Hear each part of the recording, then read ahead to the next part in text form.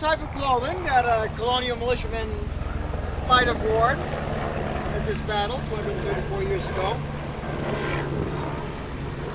As a Colonial militiaman, the militia was not very active for a while, and then troubles with England started to happen. We got active again. Started to practice, started to drill, started to get ready just in case there were hostilities. And as this battle indicates, ultimately those hostilities did come true, did happen. And I, as a Colonial militiaman, would have been the amateur. The professional was the British soldier. I mean, that's what they got paid to do. They had a regular uniform. I didn't, just wore the type of clothing I would have had around. But put down the plow or the tools, pick up the trusty musket, and head for the action. There were several things, but this was one of them that I had in common with British soldiers, and that is the same weapon. This is the British Brown Bess musket.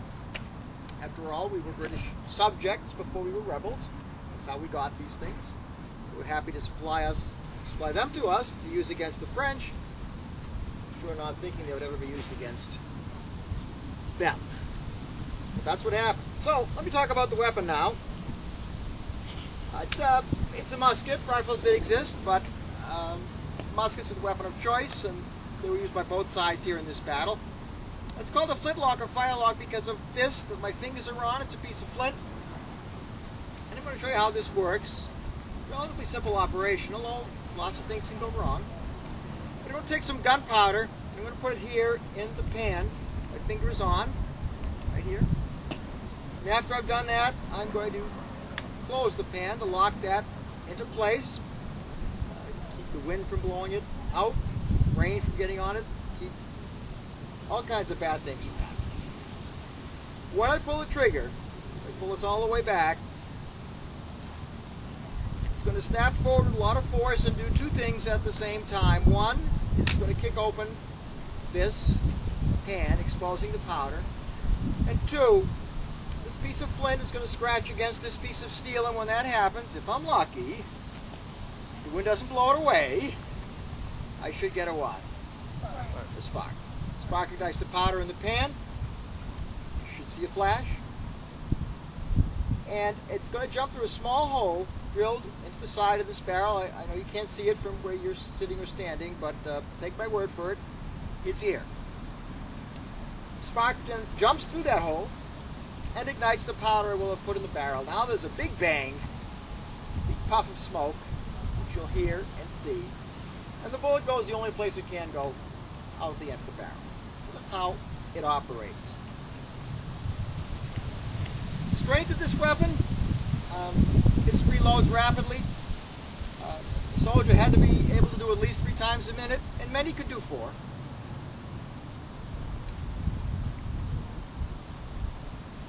Its weakness is accuracy. It's accurate, they say 50 to 80 yards. Past 80 yards, no. But really, the closer you are, the better if you want to hit the target. Really, 50 or less is preferable. Now, you might ask, well, gun is not accurate, why not? Well, I'll show you. I happen to have here the type of bullet that this musket fired. A round lead ball, soft lead, flattens out if it hits someone. Now, this is a 75 caliber weapon, 3/4 of an inch across. But the bullet's 69 caliber.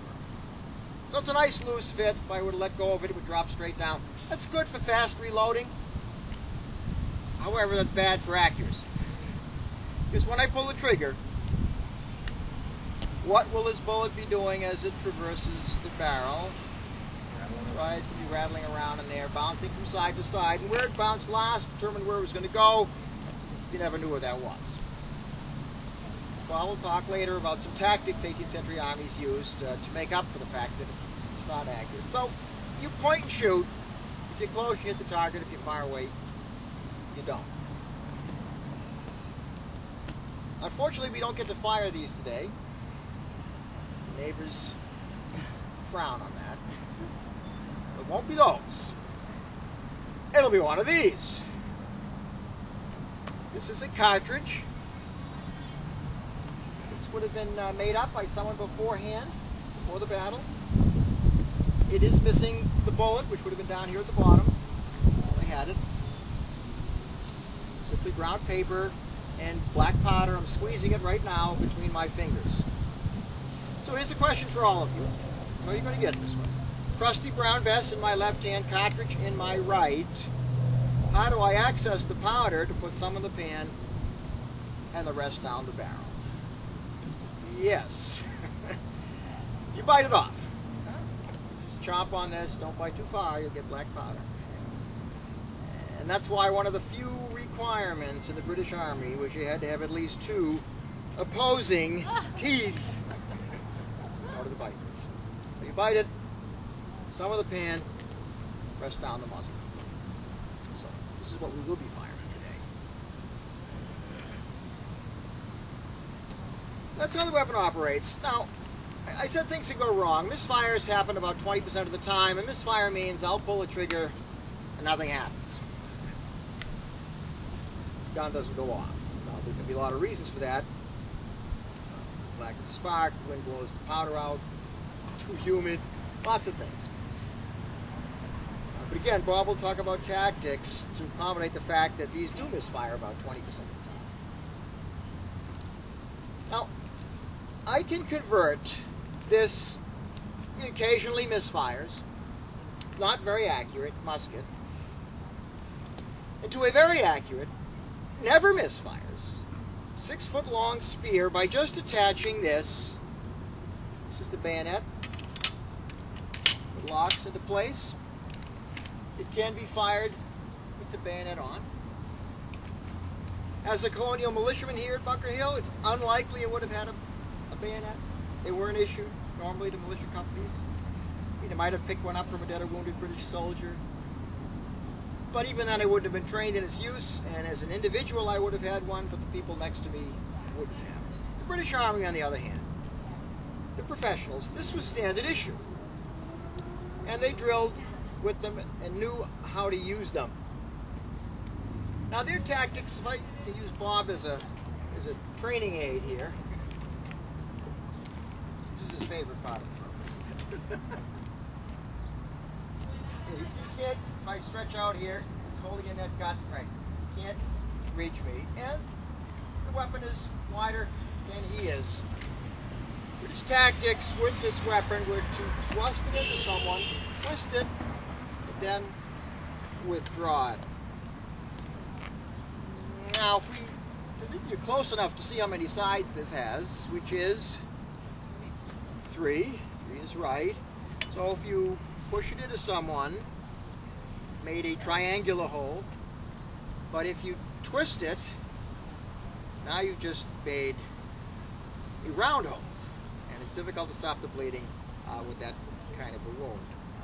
This is what the British did. Now, Colonial troops used to claim that they bent this and put burrs on it, so when they extracted it and ripped the stuff, I don't personally think that was true, at least not for most of them.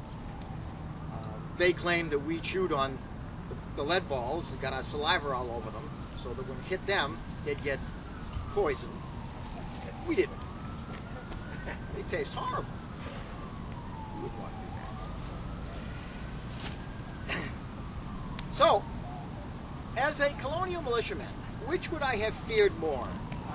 Trusty Brown Bess or the bayonet?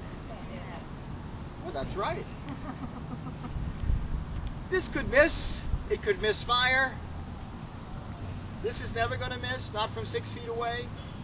And instead of taking 20 seconds to reload like this, well, just as fast as you could pull out of one person, you could plunge it into the next. This is the real reason why the British won this battle of Bunker Hill. Well, it's time to turn the program back over to Bob, who's going to talk about those